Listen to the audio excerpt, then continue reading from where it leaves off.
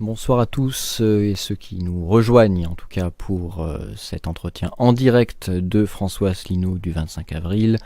Une question de Léo Baptier. Bonjour Monsieur Asselineau, pourquoi souhaitez-vous rendre aux régions le statut d'avant la loi de 1982 sur la décentralisation et donc refaire des régions des établissements publics? Quelles conséquences cela aurait sur les compétences des régions, sur le conseil régional et sur le fonctionnement de la France décentralisée? Et cela empêcherait-il la menace des mouvements indépendantistes? Alors voilà une question précise et tout à fait intéressante. J'ai des questions assez intéressantes, enfin, elles le sont toujours, mais là j'en ai qui nécessitent, parce que dans les coulisses on me fait dire que j'ai répondu trop longuement, mais ce sont des questions très très importantes. J'en profite pour souligner, là on est à 31 042 adhérents, donc on a fait 12 adhésions depuis le début de cette émission, et je voudrais quand même conclure sur la vidéo que vous venez de voir. Vous avez vu cette histoire de bambou chinois, vous avez compris ce que ça veut dire. C'est-à-dire que ça n'est pas parce que nous n'avons pas immédiatement des résultats électoraux depuis donc 2-3 ans. Certains peuvent y avoir l'idée que l'on plafonne. C'est d'ailleurs un faux plat, puisque je rappelle que nous montons quand même si c'est faible. Mais pendant ce temps-là, eh bien, comme l'affaire des bambous, nous développons nos racines.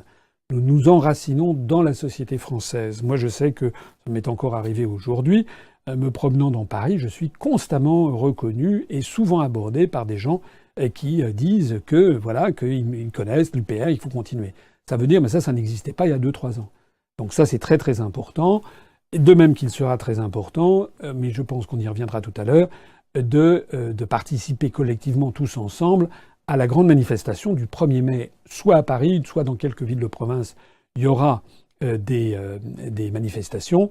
Il est très très très important que l'on fasse, maintenant que l'on soit visible, que l'on ait acquis la visibilité. Or cette visibilité, on ne pouvait pas l'avoir quand on était plus petit. Alors, pour en revenir à la question, je vois qu'on est à 31 043 adhérents. Le nouvel adhérent ou adhérente vient de l'Hérault. Alors la question qui m'a été posée, je renvoie à ma conférence qui s'appelle les Eurorégions, que je vais résumer en 2 minutes. Je rappelle que dans la France d'Ancien Régime, il y avait des provinces. La France avait été constituée par nos rois, notamment par les Capétiens, pendant 900 ans, entre 987, l'accession de Hugues Capet au trône de France à Noyon, jusqu'en 1848, la chute de Louis-Philippe, le dernier des rois français. On a eu quasiment 900 ans de 850 ans de rois qui ont constitué progressivement la France, l'ensemble national. Et cette France, elle était constituée jusqu'en 1790, elle était constituée de provinces. De provinces, certaines étaient toutes petites comme l'Aunis, la Saintonge, d'autres étaient très grandes comme la Bretagne, le Languedoc, la Lorraine. Dans chacune de ces provinces, il y avait des parlements de province, il y avait des lois spécifiques à la province, ce que l'on appelait des lois privés, des privilèges, les privilèges. Il y avait des poids et mesures différents. On n'avait pas la même livre, le poids à Rouen ou à Toulouse. Voilà, c'était une France qui était éclatée en une myriade, pas une myriade, mais quand même en beaucoup d'entités totalement différentes. D'ailleurs, chacune ayant souvent le peuple parlant un patois, parlant pas la langue française ayant été codifiée, notamment sous Louis XIV, au grand siècle, et ayant été la langue de l'aristocratie et puis de la haute bourgeoisie qui lui permettait de se distancier du peuple. C'était ça, la langue française, alors qu'on aimait bien que les peuples continuent à parler des langues régionales, comme on dirait maintenant, ou des patois locaux. En 1790, la Révolution française a été une révolution égalitariste, puisque les Français sont un peuple égalitariste fondamentalement, à la différence d'autres peuples. Je vous renvoie aux brillantes analyses d'Emmanuel Todd. Donc, lorsqu'il y a eu en 1790 la Révolution, il a été décidé en janvier ou février de supprimer toutes les provinces et de créer 83 à l'époque départements qui auraient à peu près la même taille, pas tout à fait, mais à peu près, une taille qui permettait d'aller au chef-lieu à cheval depuis le coin le plus éloigné du département et retour en une journée, et que ces 83 départements seraient désormais le maillage administratif de la France. Et à l'intérieur de chacun de ces départements, tous les Français seraient désormais égaux en droits et en devoirs. Ils auraient d'ailleurs, c'est le moment où on va adopter le système métrique, la même unité de lieu, de temps, de poids, etc. On va adopter le kilogramme, on va adopter le mètre, etc. pour que, à travers tout ce qui est le royaume, puisqu'en 1790, la France est encore un royaume, elle le sera jusqu'en 1793, qu'à travers tout le royaume ainsi régénéré, on n'ait plus les privilèges des uns et des autres, etc., et que l'on fasse triompher l'égalité du peuple français, qui d'ailleurs se reconnaîtra le 14 juillet 1790, pour le premier anniversaire de la prise de la Bastille, en un seul et même peuple. Un peuple, c'est ce qu'on appelle la fête de la Fédération. Alors ça, ce découpage administratif français, en fait, a parfaitement convenu au peuple français. C'était une gageure, c'était un truc incroyable de supprimer des provinces qui avaient des siècles d'âge. Ça a correspondu au peuple français parce que le législateur, à l'époque, a créé les communes, qui a repris les paroisses d'Ancien Régime. C'est la raison pour laquelle il y a tellement de petites communes en France qui portent le nom d'un saint. Saint-Denis,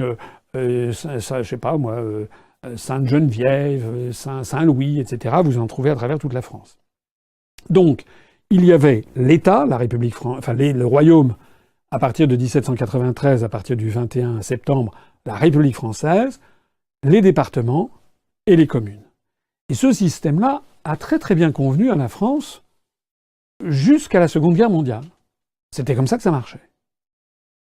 Et on ne peut pas dire que ça a été un handicap à la croissance de l'économie française, puisque je rappelle que l'économie française a eu des hauts et des bas au long du XIXe siècle, c'est le moins que l'on puisse dire, mais notamment sous le Second Empire, notamment l'Empire dit libéral, à partir de 1860, l'Empire où les frères Pereire vont créer la grande industrie, la grande banque, où il va y avoir les grands travaux pharaoniques du baron Haussmann, et ensuite sous la Troisième République, où on va avoir la belle époque qui va arriver avec des forts taux de croissance, tout ceci se déroule avec le canevas administratif que je dis.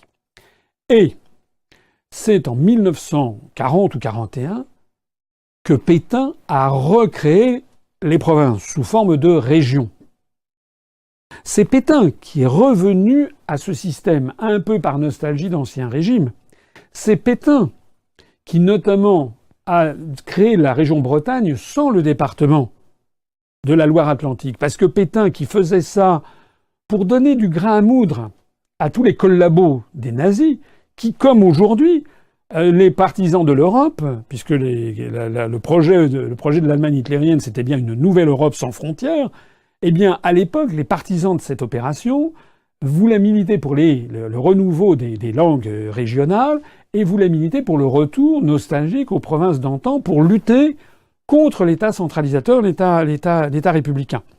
État républicain dont je me permets au passage de souligner, puisqu'il faut être exhaustif dans l'histoire, que les fameux hussards noirs de la République, c'est-à-dire les instituteurs qu'ont connus nos grands-parents ou arrière-grands-parents ou arrière-arrière-grands-parents, ça dépend de l'âge que vous avez, ces instituteurs de la Troisième République ont eu à cœur d'enseigner la langue française à tous les Français, parfois de façon avec des brimades et très maladroites, ça c'est tout à fait exact et assez scandaleux. Mais l'objectif qui était recherché n'était pas un objectif mauvais.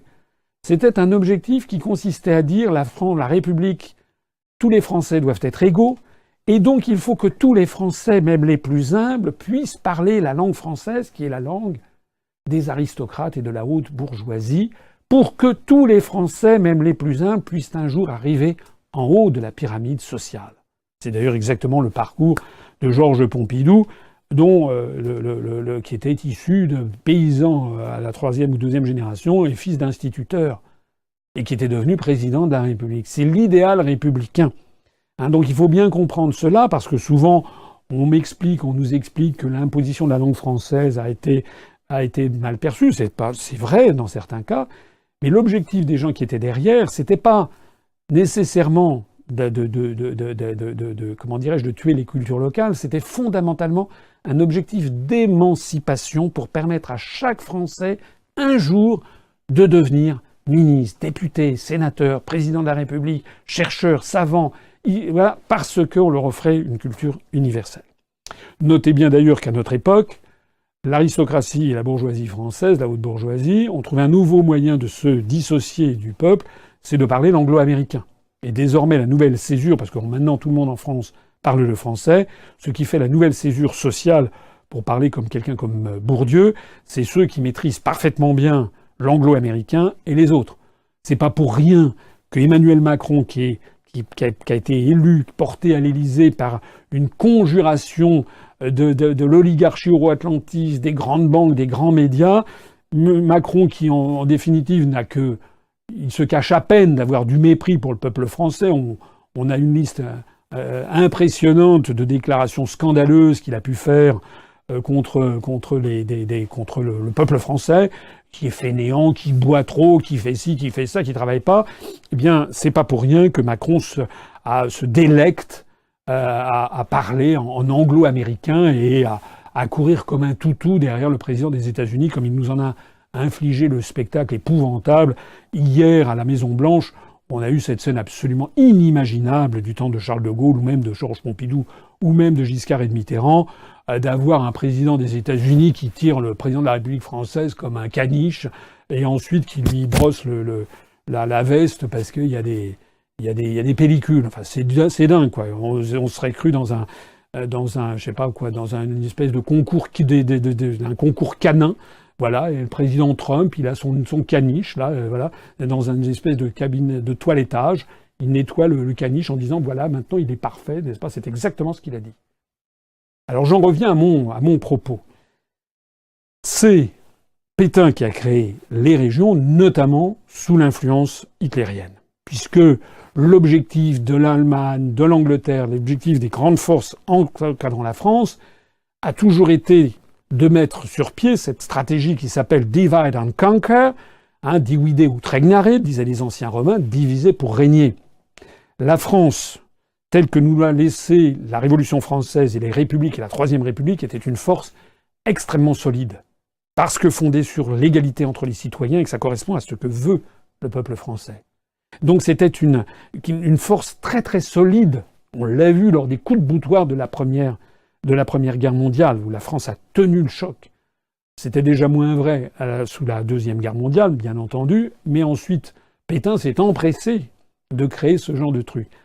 À la fin de la Libération, les régions créées par Pétain ont été supprimées par le Conseil national de la Résistance. Et il a fallu attendre Georges Pompidou, en 1972, pour voir réapparaître des régions sous forme minimaliste, d'établissements publics régionaux. Pourquoi Pompidou l'a-t-il fait? Parce qu'il y avait des pressions, parce qu'il y avait des quantités de gens qui disaient la France est trop centralisée. Quelqu'un comme Alain Perfit, par exemple, qui était un fidèle du général de Gaulle, avait écrit un livre qui s'appelle Le mal français. J'en parle un petit peu en connaissance de cause parce que j'avais 14 ans ou 15 ans. J'étais allé une fois, je m'intéressais déjà à la politique et à la France, et j'étais allé voir Alain Perfit qui dédicaçait cet ouvrage. J'ai chez moi cet ouvrage, Le mal français, que Alain Perfit m'a dédicacé il y a peut-être 40 et quelques années. Donc dans cet ouvrage, on explique que la France est beaucoup trop centralisée, qu'il faut décentraliser. C'était porté par les médias qui disaient ça, mais ils avaient quelque chose à l'esprit derrière. C'est toujours d'affaiblir l'unité française. Alors Pompidou, qui était quand même très précautionneux, d'abord vous noterez que De Gaulle ne l'avait pas fait. De Gaulle s'était refusé à faire ça, même s'il avait lancé ça dans le référendum de 69, mais c'était un référendum dont il savait qu'il allait le perdre, il l'avait fait pour le perdre, d'une certaine façon c'était peut-être pour enterrer le projet. En attendant, Georges Pompidou, en 72, crée des établissements publics régionaux. Jusqu'alors, c'était quoi les établissements publics régionaux? C'était des entités administratives où il y avait quelques dizaines ou quelques centaines de personnes qui faisaient de la coordination administrative entre les départements, par exemple pour des grands projets d'infrastructure. Mais ensuite, qu'est-ce qui s'est passé? Il s'est passé qu'avec Mitterrand, on a transformé toutes les collectivités locales, et notamment donc les régions, on a transformé des régions en collectivités locales de plein exercice, et on a procédé à la décentralisation. Ça veut dire que les régions, d'un seul coup, sont devenues des entités avec un conseil régional, avec des dizaines de conseillers régionaux, avec un président, un vice-président, deuxième vice-président, troisième vice-président, avec des voitures de fonction, avec des sièges en cuir chauffant, tableau de bord en loupe d'or, chacun leur bureau, chacun leur chef de cabinet, directeur de cabinet, etc., etc. Et puis toute structure administrative essaie de justifier de son intérêt, de sa justification. Donc, elle se trouve des choses à faire. Et donc, on a vu grimper les impôts locaux. On parle beaucoup des prélèvements obligatoires en France qui sont excessifs. Mais on oublie de dire que la part la plus importante des prélèvements obligatoires n'est pas l'État. Les prélèvements obligatoires demandés par l'État sont restés assez identiques. En revanche, il y a de plus en plus de prélèvements obligatoires qui sont allés directement à ces entités décentralisées que sont les régions, les communes, enfin les départements et les communes. Donc, rappelez-vous l'architecture qu'il y avait à la Révolution. Le royaume, puis la République en 1, les départements en 2, les communes en 3. À partir de 1972, on a eu la République, les régions, les départements, les communes. À partir de 1992, on a ajouté l'Union européenne. Enfin, déjà, dès 1979, il y avait le Parlement européen au suffrage universel. De telle sorte qu'on s'est retrouvé en 92 avec l'Europe, la France, les régions, les départements, les communes. Et maintenant, comme si ça ne suffisait pas, on a ajouté entre les communes et les départements les intercommunalités. Bref, plus personne n'y comprend rien. Au total, ça fait là-dedans une espèce de de mélange administratif.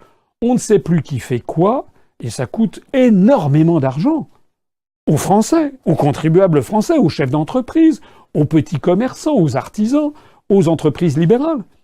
Donc, le projet que moi j'avais développé pendant la présidentielle, c'était d'en revenir à la simplicité de bon goût et qui avait montré son efficacité. Puisque je rappelle qu'en 1972, la France a un taux de croissance de 5,6%. Excusez du peu. Donc, ça n'était en tout cas pas contraire à la croissance économique. Donc, ce que j'avais dit, c'était d'abord, on sort de l'Union européenne. Donc déjà, ça nous fait économiser au minimum 9 milliards d'euros.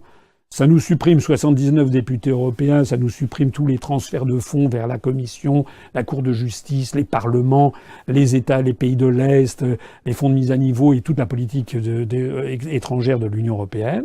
Donc déjà, ça nous économise de l'argent. Deuxièmement, les régions, on en revient à une vision minimaliste, c'est-à-dire qu'on supprime des centaines, même des milliers de postes de conseillers régionaux qui n'existaient pas avant 72, on se portait très bien sans eux. On supprime des postes de conseillers régionaux, on en revient à une petite structure administrative qui fait de la coordination interdépartementale, par exemple pour des grands projets d'infrastructure. Donc la réponse à la question de l'internaute, c'est que s'il y a des projets de grandes infrastructures qui débordent sur plusieurs départements, eh bien la région sera là pour coordonner les départements. Voilà. Alors il ne s'agit pas de revenir sur les libertés qui ont été accordées aux collectivités locales. C'est vrai que la France des années 50 et 60 était sans doute trop centralisée. Il y a des gens qui me reprochent d'être trop jacobin. Non, je le suis un peu, mais pas trop. C'est-à-dire, je pense qu'effectivement, c'est normal que les départements et que les communes puissent se gérer librement. Il faudrait quand même veiller à ce qu'elles ne fassent pas trop de bêtises. C'est d'ailleurs le rôle du préfet dans chaque département que dit veiller. Mais il faut, à mon avis, supprimer l'échelon superfétatoire de l'Union européenne et des régions. J'avais chiffré, avec un certain nombre de postes de députés et de sénateurs, j'avais chiffré lors du programme présidentiel qu'on pouvait ainsi supprimer, je ne me rappelle plus le nombre très précis, mais c'était quelque chose comme 4480 mandats électoraux. Ça fait des économies absolument colossales pour la collectivité française.